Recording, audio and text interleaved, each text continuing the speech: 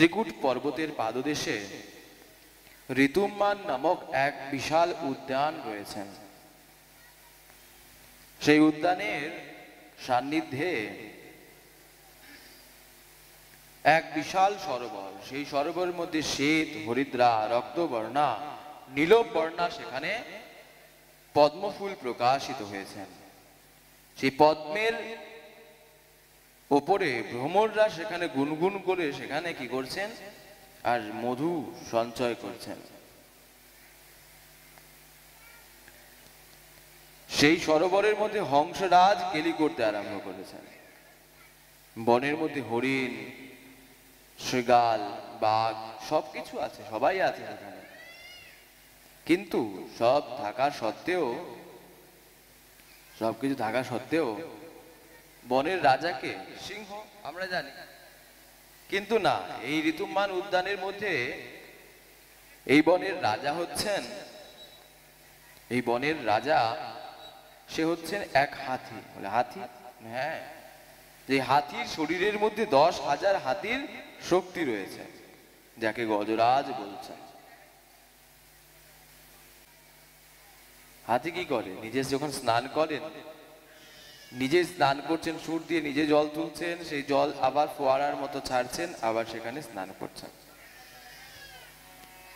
এহেন অবস্থায় একে অপরের প্রতি সেখানে জল ক্রীড়া করতে আরম্ভ করেছেন, জলকেলি করছেন। জলকেলি করতে করতে সেই সরোবরের মধ্যে এক গ্রাহ অর্থাৎ এক কুমির নিবাস করতেন। সেই গ্রাহ সেই গজরাজের পাকে, হাতির পাকে ভালো করে কামড়ে ধরেছেন। হাতি মনে করতে লাগলেন যে আমার কাছে তো 10,000 হাতির সামর্থ্য আছে, শক্তি আছে, আমার কিছু হবে না, আমি তো ঠিক বেরিয়ে যেতে পারবো, আমি বনের রাজা। আমরাও কিন্তু ঠিক এমনটি ভাবি, যখন আমাদের কাছে অর্থ, অহংকার রূপী চলে আসেন, তখন আমরা জীবকে জীব বলে মনে করি না, মানুষকে মানুষ বলে মনে করি না, নিজেকে অনেক অনেক অনেক বড় বলে মনে করি। অহংকার এত আমাদের তখন হয়ে যায়, আর অহংকার কালে আমরা এমন অবস্থা হয় যে একজন জীব, তাকে আমরা মানছি না। গজরাজ এমন অবস্থা করলেন, গজরাজ এত অহংকার তার হৃদয়ের মধ্যে, আমার এত শক্তি রয়েছে, এই শক্তির জন্য আমি বেঁচে যাব, কিচ্ছু হবে না, আমার কিচ্ছু হবে না,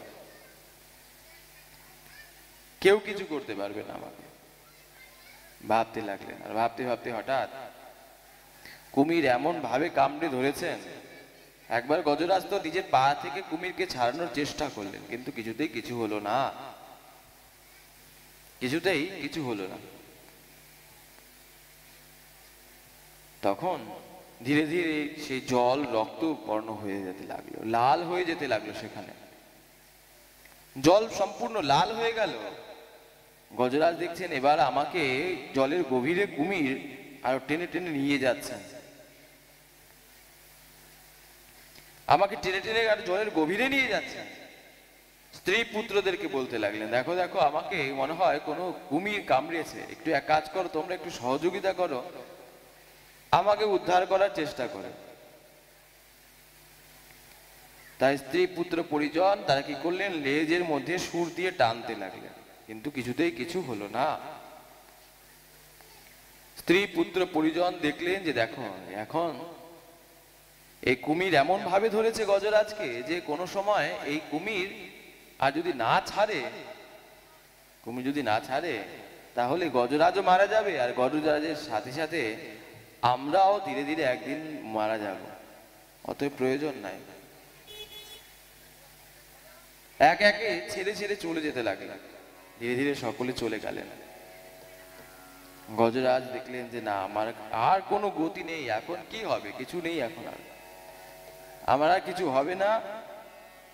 যস্মিন্ন যদেশ চন্দ্র जेनेदं ज इदं श्वासं जयास्मात् परश्च परप्त प्रक्षये शम्भुभृतं। গজরাজ যখন এমন ভাবলেন, কি করবে, নিরুপায়, কিছু নেই, কিছু করার নেই। যখন আমরা নিরুপায় হয়ে যাই তখন আমরা ভগবানকে স্মরণ করি। যখন আমাদের প্রয়োজন, নিজের প্রয়োজনে আমরা ভগবানকে স্মরণ করি। কখনো কোনোদিন ভগবানের কাছে গিয়ে বলি না, হে ভগবান তুমি কেমন আছো, তুমি কি ভালো আছো, তোমার কি প্রয়োজন রয়েছে, একবারও ভাবি না, বলি না। কিন্তু যখনই আমরা কিছু ভগবানকে অর্পণ করি, আমরা তার থেকে অধিক কিছু চাইতে আরম্ভ করি। यशं देहि धनं देहि पुत्रं देहि तदास्तु मे।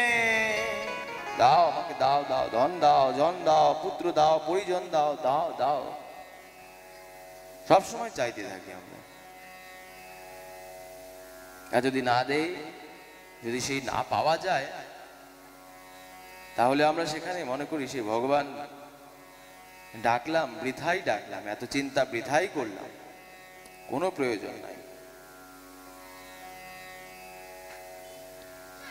বৃথা আমরা ভগবানকে স্মরণ করছি, কোনো কাজ হয় না। একবার এক ভক্ত,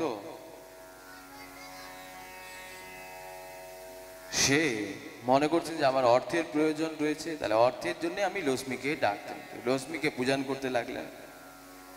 লক্ষ্মীর একটি চিত্রপট নিয়ে পূজা করতে লাগলেন।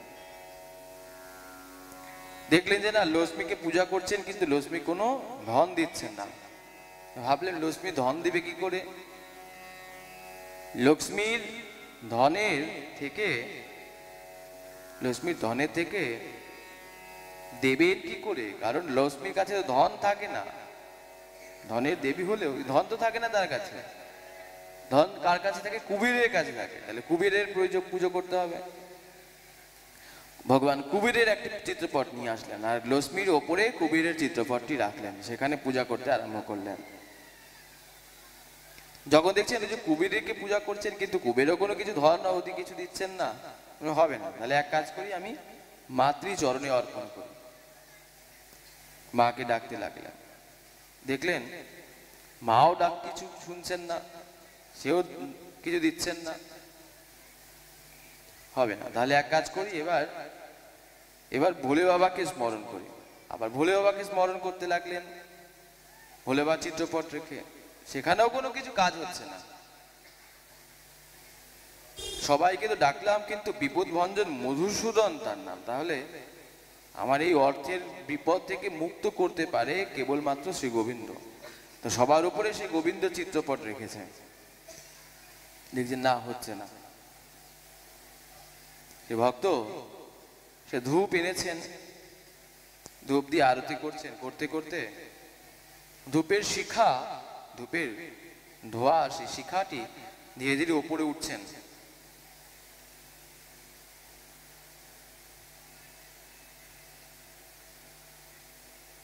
ধূপের শিখাটি ধীরে ধীরে উপরে উঠছেন, আর ওই নিচে লক্ষ্মী থেকে কুবের থেকে দেবী, দেবীর থেকে ভোলে বাবা, তারপরে গিয়ে শ্রী গোবিন্দ।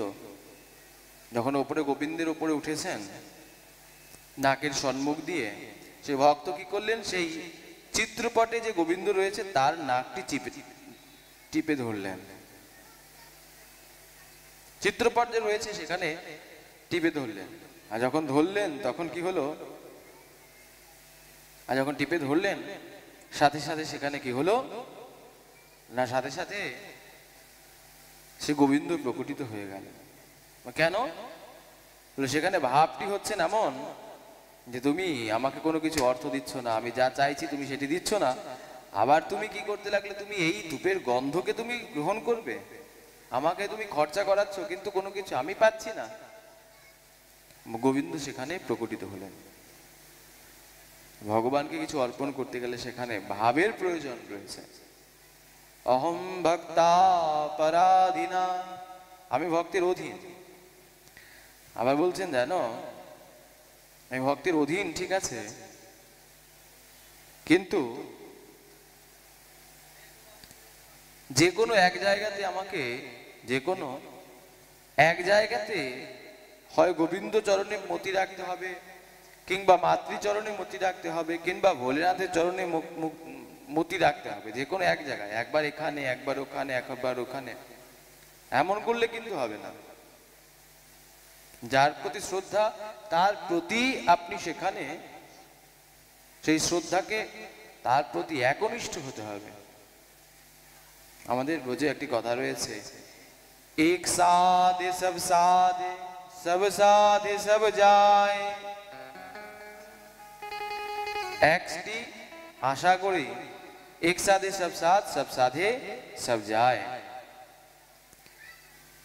যখন সকল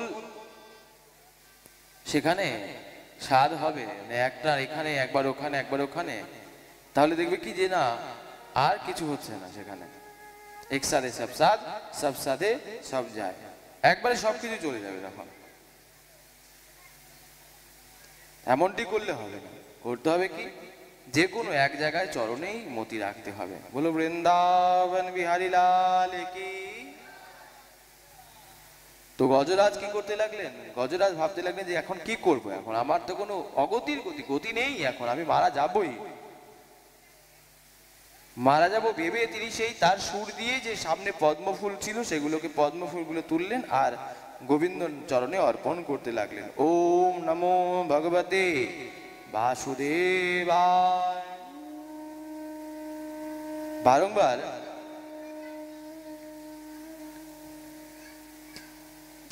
সেই পদ্মফুলগুলো নিচ্ছেন, তুলছেন আর গোবিন্দ চরণে অর্পণ করছেন। প্রসন্ন হলেন গোবিন্দ, সেখানে আসলেন আর এসে তার চরণ দিকটাকে বের করে দিলেন, এগিয়ে দিলেন, আর এগিয়ে দেওয়ার সাথে সাথে সেই চরণের মধ্যে সেই পুষ্প প্রদিত হলো। সুদর্শন দ্বারা সেখানে ভগবান তিনি আগে প্রথমে ওই কুমিরের গলাকে ছেদন করলেন, উদ্ধার করলেন, তারপরে হাতিকে উদ্ধার করলেন। সুখদেব গোস্বামী পাদ পরীক্ষিত মহারাজকে বলতে লাগলেন, পরীক্ষিত, এই তুমি এখানে চিন্তা করছো তো যে হাতি ভগবানকে সেখানে পুষ্প অর্পণ করলো, কিন্তু পুষ্প অর্পণ করেও সেও কৃপা পেল না। প্রথমে কৃপাকে কে পেল না? কৃপা প্রথমে পেল ওই কুমির। এর কারণ কি জানো? এর কারণ হচ্ছেন হাতি ভগবানকে স্মরণ করেছে আর কুমির সে ভক্তকে স্মরণ করেছে। কুমির ভক্তকে স্মরণ করেছে। বৈষ্ণবের চরণ জল কৃষ্ণ ভক্তি দিতে বল, বৈষ্ণবের উচ্ছিষ্ট তাহে হয় মনোনিষ্ঠ, বৈষ্ণবের নামেতে উল্লাস। বৈষ্ণবের নামেতে উল্লাস হওয়া প্রয়োজন। বৈষ্ণবের চরণ জল কৃষ্ণ ভক্তি দিতে বল।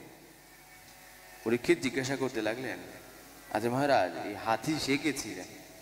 বলে ইনি পুরাকালে দ্রাবিড় দেশের পাণ্ডব বংশীয় রাজা ইন্দ্রদ্যুম্ন ছিলেন। একদা সেই রাজা ইন্দ্রদ্যুম্ন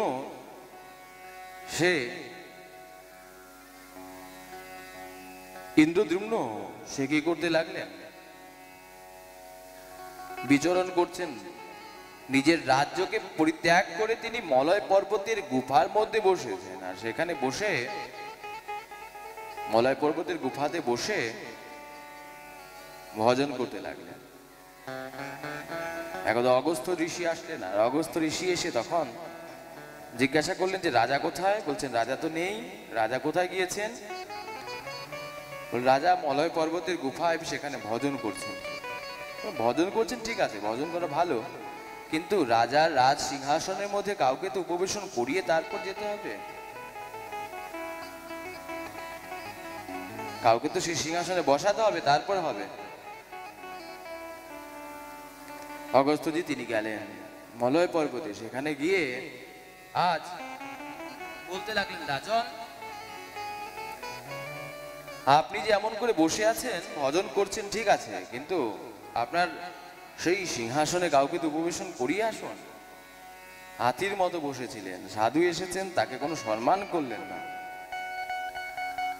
তাকে প্রণাম করলেন না। আর সেই অগস্ত্যজি তিনি অভিসম্পদকে দিলেন, আচ্ছা তুমি এমন এই হাতির মতো বসে আছো, কথা শুনছো না তুমি, যাও তুমি হাতি হয়ে যাও। তিনি হাতি হলেন। আচ্ছা ভগবান, তাহলে আমার উদ্ধার কি করে হবে? বলতে তুমি ওই মলয় পর্বত থেকে তুমি ঋতুম্মান পর্বতে, ত্রিকুট পর্বতের পাদদেশে আসবে, আর সেখানে পাদদেশে এসে সেখানে ওই উদ্যানের মধ্যে থাকবে। আর তুমি যখন স্নান করতে যাবে একদিন, আর সেখানেই ওই গ্রাহ আসবে, গ্রাহ তোমার চরণকে ধরবে, তখন তোমার উদ্ধার হয়ে যাবে। আচ্ছা সব ঠিক আছে ভগবান, তাহলে এই কুমির সে কে ছিলেন? স্বর্গে দুইজন সেখানে কুবেরের পুত্র নলকূপ আর মণিগ্রীব, তাই তো? না, দুইজন সেখানে তারা হা হা আর হু হু। হা হা হু কে কে? বলে তারা হচ্ছেন গন্ধর্ব, দুই গন্ধর্ব। তারা স্বর্গ রাজ্যের মধ্যে সেখানে সুন্দরভাবে বিনোদন করে, বিভিন্ন প্রকার সেখানে রূপকে তিনি ধারণ করতে পারেন, আর বিভিন্ন রূপ ধারণ করে বিনোদন করেন, সকলকে আনন্দ প্রদান করেন। একদা আনন্দ প্রদান করবেন, সেই সময় আনন্দ প্রদান করবেন, সেই সময় কি করেছেন? আর জলের মধ্যে প্রবেশ করেছেন, আর জলের মধ্যে প্রবেশ করে অপ্সরাগণের সাথে সেখানে জলক্রীড়া করতে লাগলেন। যখন জলক্রীড়া করছেন, সেই জলক্রীড়া করতে গিয়ে সেই সময় মহর্ষি দেবল সেখানে স্নান করতে যান। আর যখন স্নান করতে যান, সেখানে স্নান করে তর্পণ করছেন, সেই সময় এই হু হু সে কি করতে লাগলেন? কুমিরের রূপ ধারণ করলেন, আর জলে ডুব দিয়ে তিনি তার চরণকে ধরে টানতে লাগলেন, চরণ ধরে টানতে লাগলেন। আর যখন চরণ ধরে টানতে লাগলেন, তখন মহর্ষি দেবল তিনি ভয় পেয়ে গেলেন, যে দেখো দেখো তোমরা এমন করো না, ছেড়ে দাও, আমি জানি এখানে কুমির নেই কোনো, তোমরা এখানে দুই ভাই রয়েছে, তোমরা এখানে উপহাস করছো, তোমরা এখানে এমন করছো, এক কাজ করো, এমন করতে নেই, ছেড়ে দাও। যখন কথা মানলেন না, কুমির হওয়ার শখ, খুব শখ, তাই তো, যাও কুমির হয়ে যাও। কুমির হয়ে গেল। তৎপশ্চাৎ তাহলে ভগবান আমরা কুমির তো হব আমি, কিন্তু উদ্ধার কি করে হবে? বলছি গজরাজের চরণকে জড়িয়ে ধরবে, তাহলে তুমি সেখানে উদ্ধার হতে পারবে। এই যে লীলাটি, এই লীলাটির নাম হচ্ছেন গজেন্দ্র মোক্ষ উপাখ্যান। প্রত্যেক দিন যদি কোনো ভক্ত এই লীলাকে, এই উপাখ্যানকে শ্রবণ করেন, তাহলে তার হৃদয়ের মধ্যে স্বচ্ছ এবং পরিষ্কার হয়ে যান, এবং ভগবত ভজনে রুচি জন্মায় তার। বলো বৃন্দাবন বিহারী লাল কি জয়। জয় শ্রী রাধে।